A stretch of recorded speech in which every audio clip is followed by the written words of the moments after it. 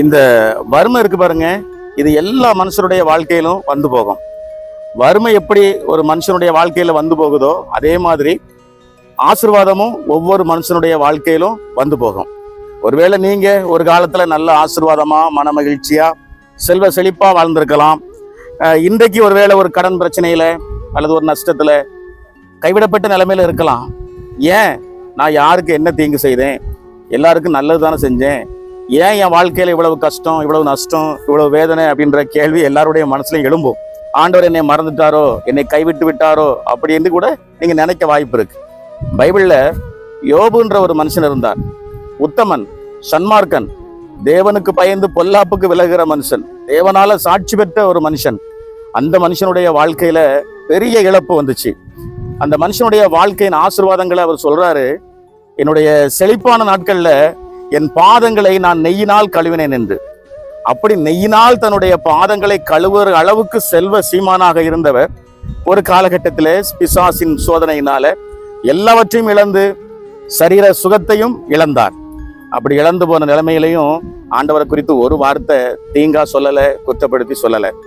அவருடைய நம்பிக்கைக்கு அளவே இல்லை. அவர் என்னை கொன்று போட்டாலும் நான் அவர் மீது நம்பிக்கையா இருப்பேன் என்று யோபு சொன்னார். நீங்களும் இந்த காலகட்டத்துல, இந்த நெருக்கத்தின் காலகட்டத்துல சோர்ந்து போகாதீங்க.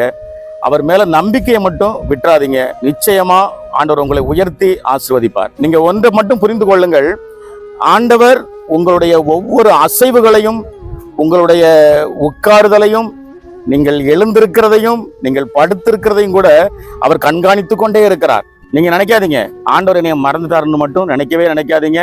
கர்த்தருடைய ஊழியக்காரன் நான் சொல்றேன், ஆண்டவர் உங்க மேல நோக்கமா இருக்கிறார்.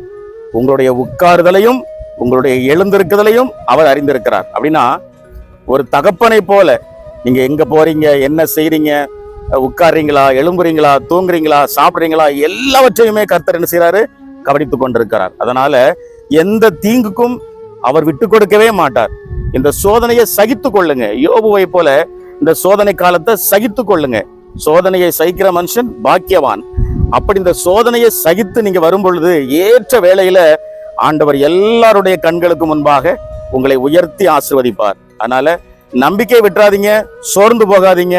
உங்களுக்கு ஒளிமயமான எதிர்காலம் இருக்கு, நிச்சயமா இருக்கு. விசுவாசிங்க, அற்புதத்தை பெற்றுக்கொள்வீங்க. ஆமேன்.